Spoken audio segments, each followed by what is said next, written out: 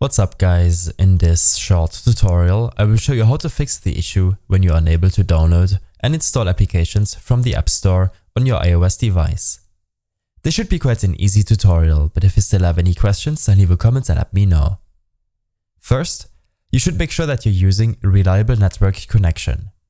Test your network connection using another app such as Safari. You could even visit speedtest.net in order to see how well your connection is. In case you're using a reliable network connection and the problem persists, then open up your native settings application. Here, make sure that you're logged in with your Apple ID, and below, navigate to the General section. Under Date and Time, make sure that the Set Automatically option is enabled. You should in addition make sure that you're not using any VPN services, which could change your connection.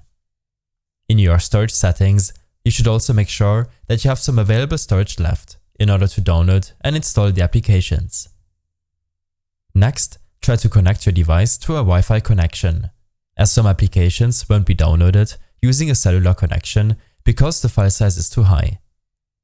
As a last resort, you should restart your device, as some processes will be restarted, such as active downloads, which could bottleneck your connection. I hope this helped you out. Leave a comment if you have any questions and see you in the next one.